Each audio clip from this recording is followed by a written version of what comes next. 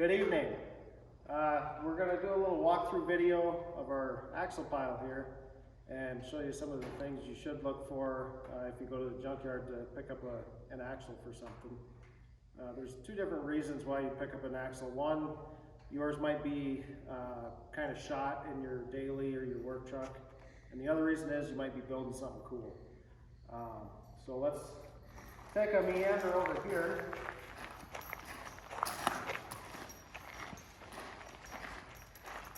Now when it comes to just a daily vehicle or your work truck, you generally want to try and get as close to the same year of axle as what you took out of there.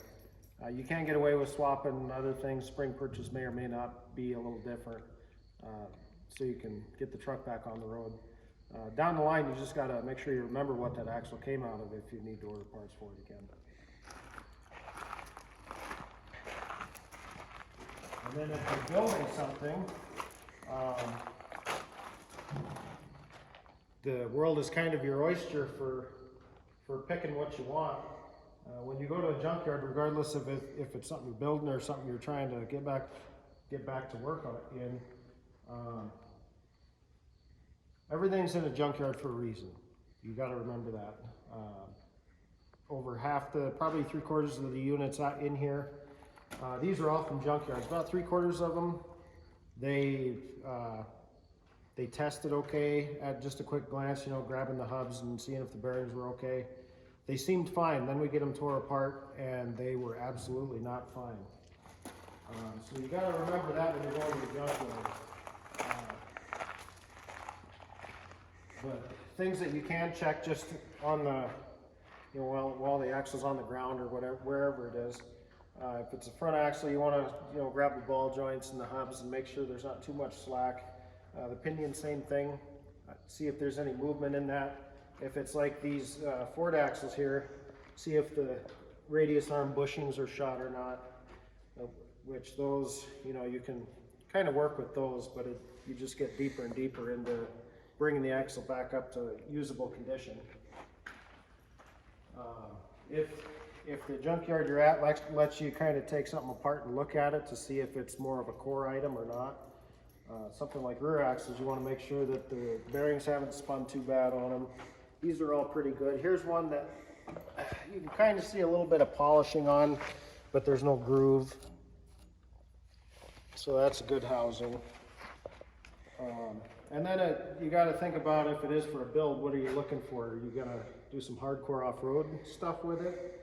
Some of these smaller axles may not work for you. They're good for what they were intended for, like a half-ton truck, maybe an older 3/4-ton truck. But there's a lot of things to consider. And then even down to the brakes and stuff, the brake styles, you want to make sure all that backing plate stuff is in good shape, or caliper support, depending on what kind of axle it is. A lot of the older models of axles, the parts aren't available anymore, especially backing plates. So going with something a little more modern is definitely a plus. Not that all of that stuff is still available either, but you got a better chance at finding replacement stuff for it.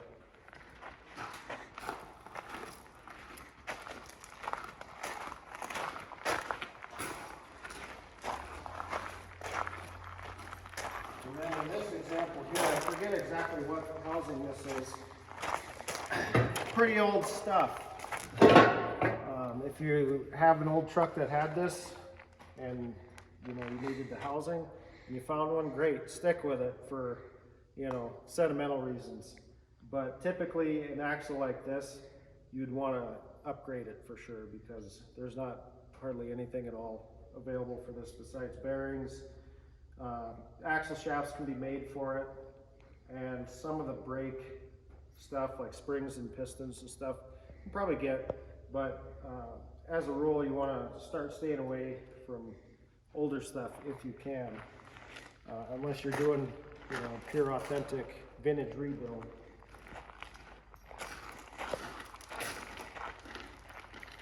Well, let's see.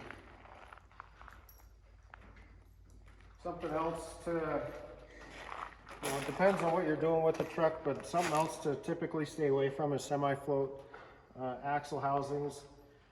Generally they're okay, but all your weight's riding right on that axle shaft. Sometimes the axle shaft can fail and the wheel can fall off.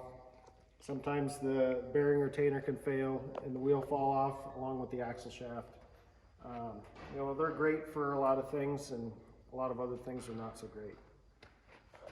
And then we go over here. Dodge axles. Here's some cat axles here. Generally they were pretty good as far as the housing goes. Occasionally they would have a failure where they weld in the cat housing itself. Not very often. But if you go to the newer Dodge housing, 03 to 13, and even some of the newer ones, newer to 13 is too hard to tell yet. So here's an older, is this, I think this is a Ford. Anyway, this is a Dana 60 with welded, the tubes are welded into the main differential housing. Below it, we have a AAM axle out of a, this one's out of an 03 Dodge. It's just, the tubes are just held in with hot plugs.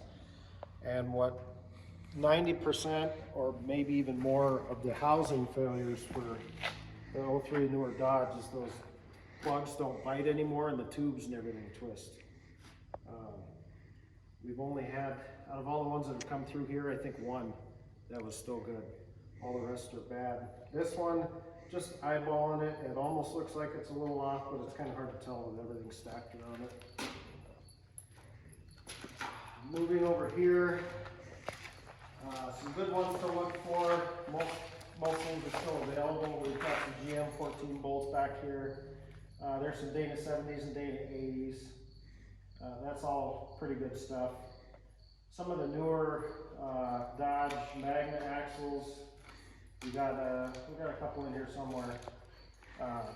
They're on current production trucks, but parts are pretty hard. You got to wait for parts for it. So that's something, unless you have that Ram 45 or 5500, stay away from it. It might seem like good rock crawler axles or something nice and heavy, but if something does break, you're going to be on jack stands for a while. What else do we have here? There's some more 70s and 80s here.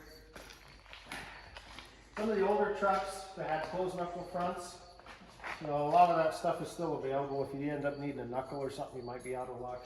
We've got some, I guess, but they're obviously not made anymore.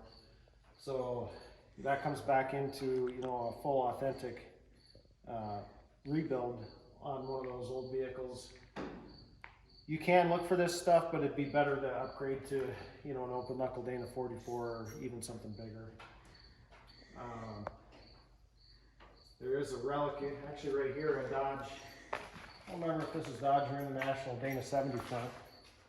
If you can find one of those are pretty stout, but you get into the same kind of parts availability. But those are very stout axles.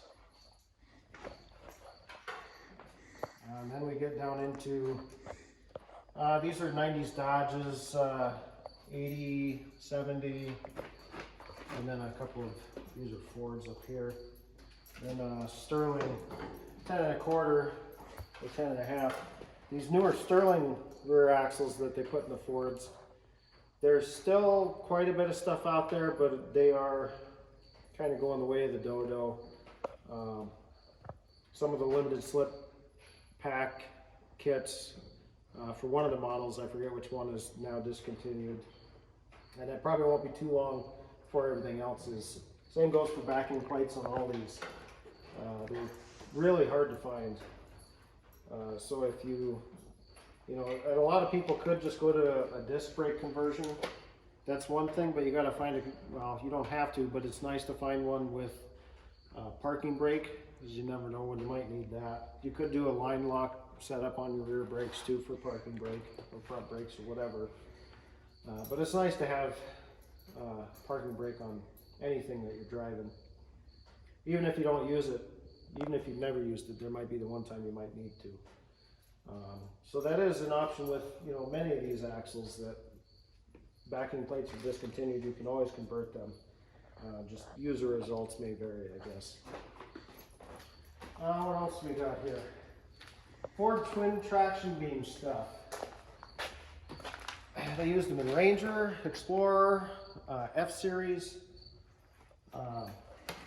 They're really not as bad as what they might get a rap for.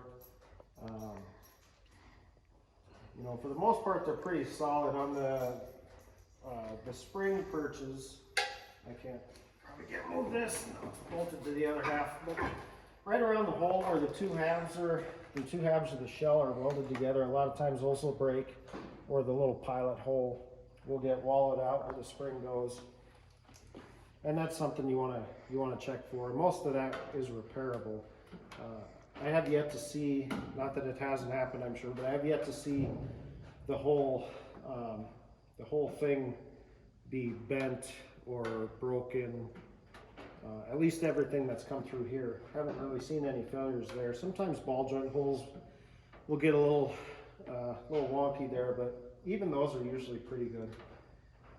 So if you have a truck with twin traction beams and you need to replace it and the junkyard has this stuff, in most cases that stuff's going to be in pretty good shape. The N50 front hubs were pretty much the weak point on those. They just fatigue over time and the bearing cups would no longer be a press fit. That's okay, we've solved that because we make them. We've got a whole bunch. Drum brake front stuff. I've never had an issue with anything that I've had that was drum brake. A lot of people claim they don't stop as fast or as good, or poor braking performance. You might want to check your brake system because I could lock up all four without any issue. What else we got over here? Sterling 10.5. Yeah, they're getting ancient. This one's drum brake. There are newer models, but any of that Sterling stuff, for whatever reason, it's hard to get.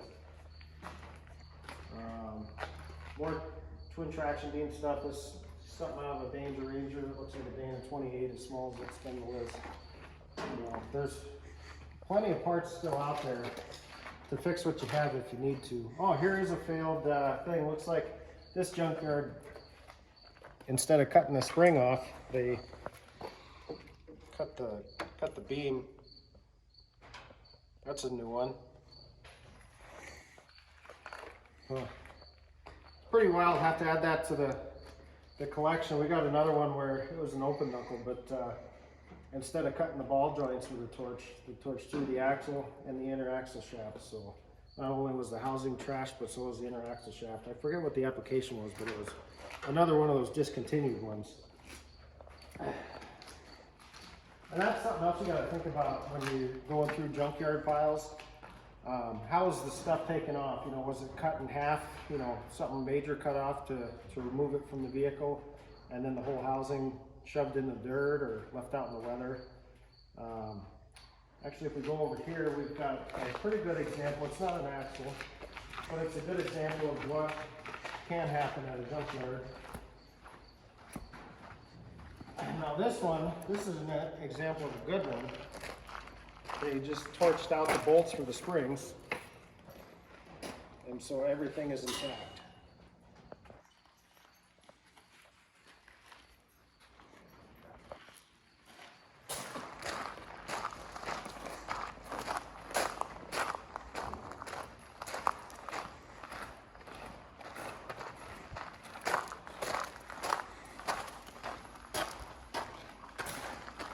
Transmission is a pretty good example.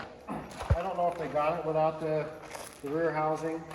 This is ZF6, I believe. 650 or 750. They left this outside, and if the housing was just pulled off and it was kept inside, or at least out of the rain, that all would still be good. And mostly axles and stuff would be left outside. How long were they outside? Are they full of water? A lot of this stuff we get in, we end up emptying more water out than oil. So, that's another thing to consider. if you see stuff sitting, you know, under a roof or something, and it's tagged real good, and it looks pretty clean, like these 4 transfer cases here. Obviously not washed, but it, you know, it doesn't look like it was sitting out in the mud.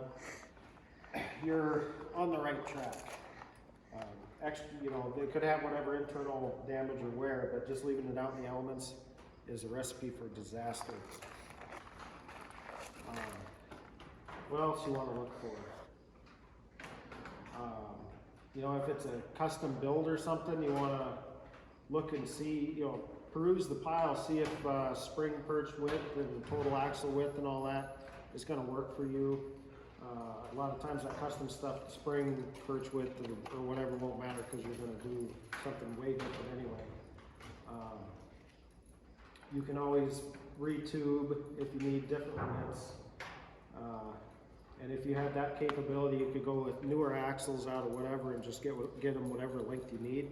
Then the only thing that changes is your axle shaft, and most of the service parts years down the road when you finally break something is going to be most likely going to be available. I guess we could even do a little on the transfer cases since we're here.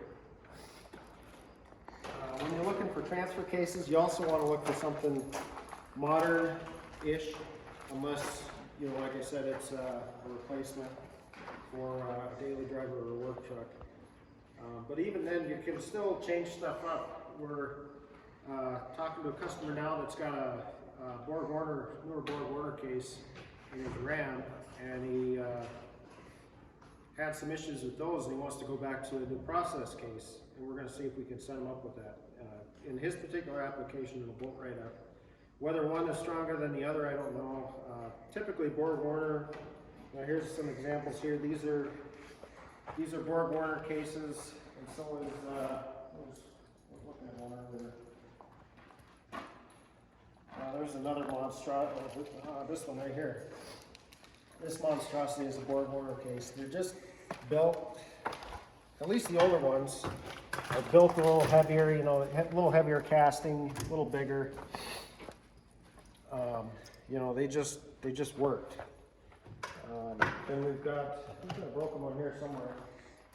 Here's a new process case where most likely the front CV shaft failed, which is quite common in these. This one's a Ford, I believe, yeah. You can take a good look at the casting. You know, I'm not going to cut one of those apart, but it is a little thinner. They're built a little different. One for the other, I'd probably pick Borg Warner. But these, you know, there's still everything available for the new process cases, where a Borg Warner case, that's getting kind of tough. Some of the older new process cases, like 241 DHD, DLD, 241C, even some of the 246 stuff, the aftermarket's pretty good on those. Some of that stuff's getting hard to come by.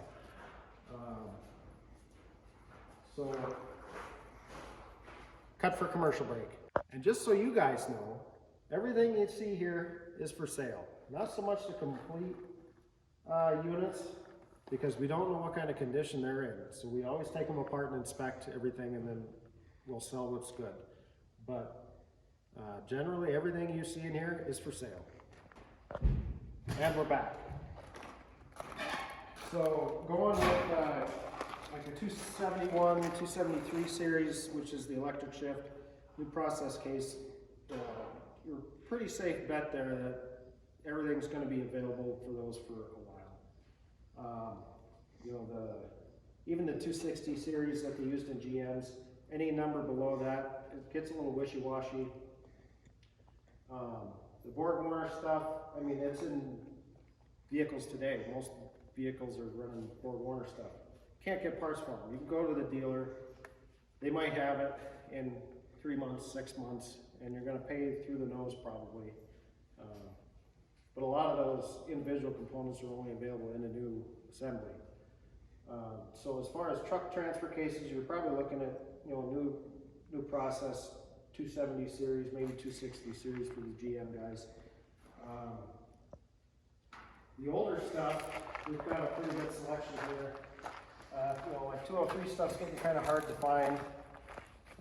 Dana, Rockwell 221 stuff's getting hard to find. I've got some of this stuff.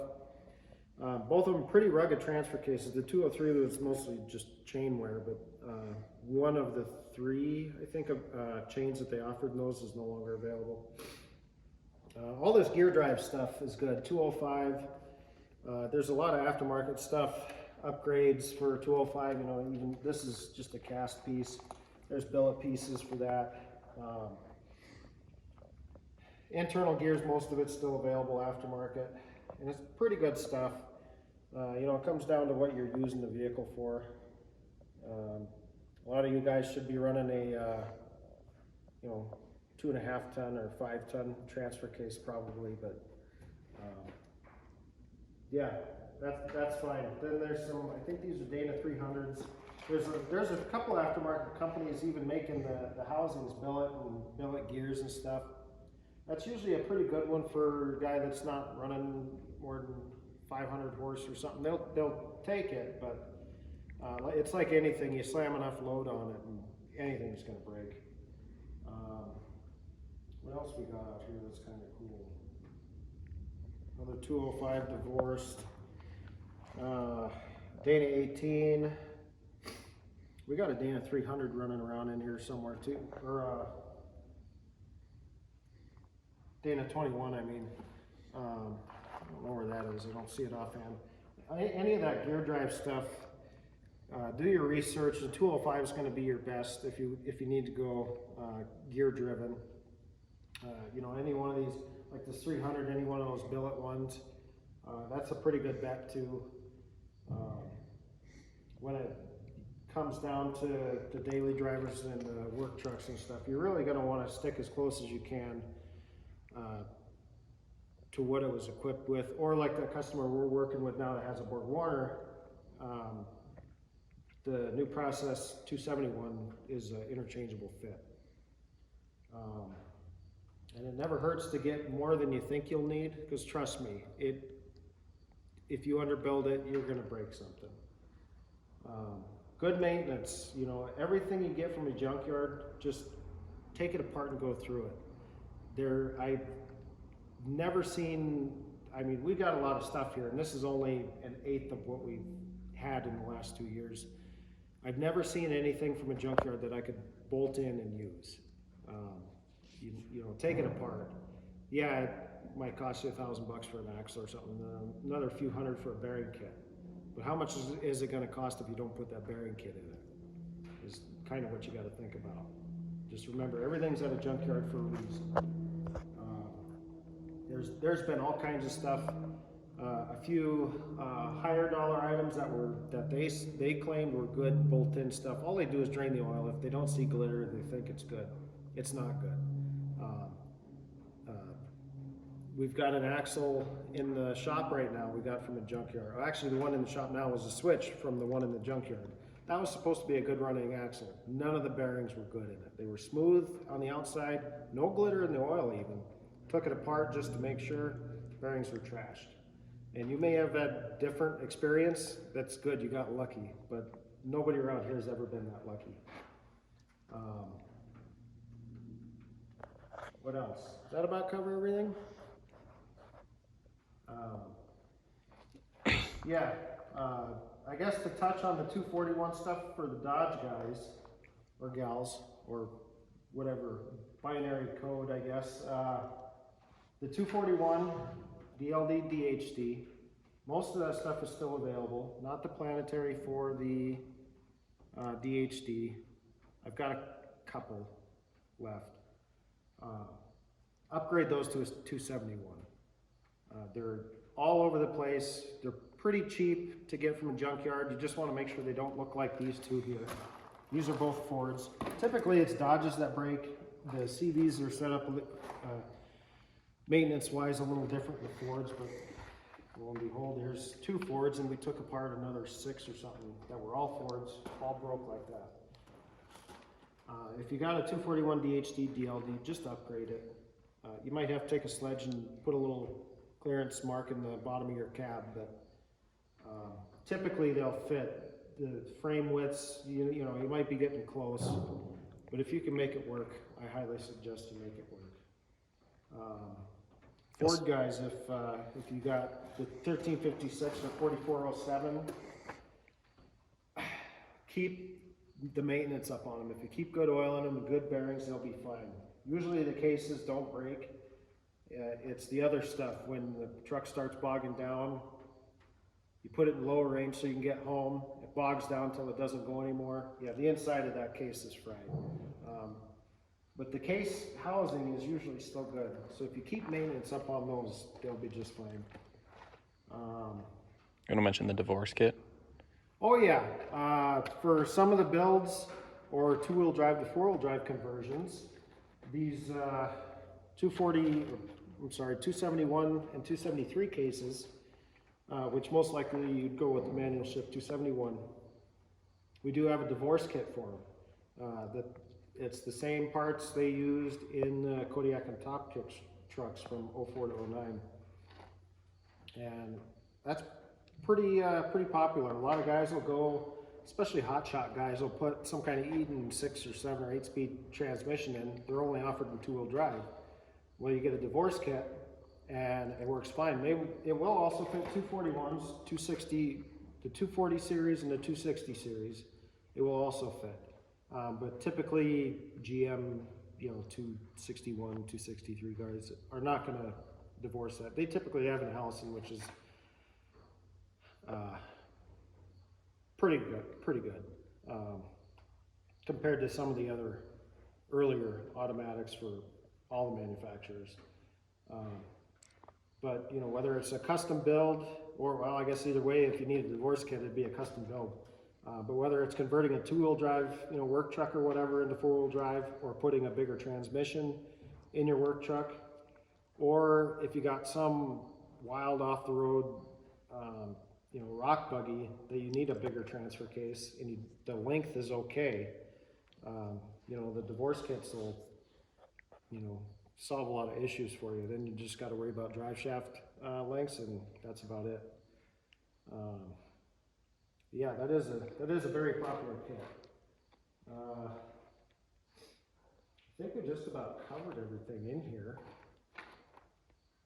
So yeah, if you go to a junkyard, make sure you know what you're looking at. If you can pull a cover off of something, inspection cover or something, or kick the tires, take the time to do it. And then even if it does look good, when you get it home, take the time to take it apart and double check, because there's been so many things that a lot of people have purchased that were good and they're not. And it's not really the junkyard's fault. They're not rebuilders. They're just saying, oh, this was in a driving truck until the truck wrecked or rolled or whatever, or repoed, and it wasn't worth the money and crushed, whatever the case is. How many miles are on that component? And just because the odometer says that doesn't mean it's the original part in that truck. Somebody could have hit a rock and broke a transfer case, and they found one at a junkyard that had 400,000 miles on it, and they didn't go through it, and they just bolted it in. Got another 50,000 miles out of it or whatever. That's a lot of miles, and probably not going to happen, but things like that happen. So when you go to the junkyard, just have an idea what you're looking for, and then inspect, and then if you end up purchasing it, don't take the junkyard's word that it's ready to go. Take it apart, know for sure. It's a lot easier and a lot cheaper if you fix whatever the issue is before you drive on it than after. We're best cased, then you're just buying the same component again, another whole complete axle or whole complete transmission or transfer case. But how good do you really want to get at changing those parts out, I guess, what it comes down to.